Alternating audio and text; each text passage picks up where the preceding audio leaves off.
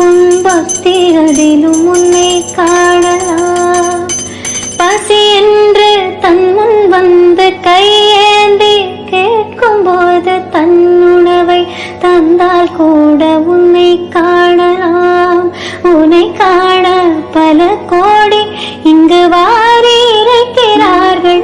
எளிதாக உன்னை சேர இங்கு யாரு நினைக்கிறார்கள்? அலங்காரம் அதில் இல்லை, அகங்காரம் மனதில் இல்லை. துளி கள்ளம் கபடம் கலந்திடாத அன்பில் இருக்கிறாய். உணர்ந்த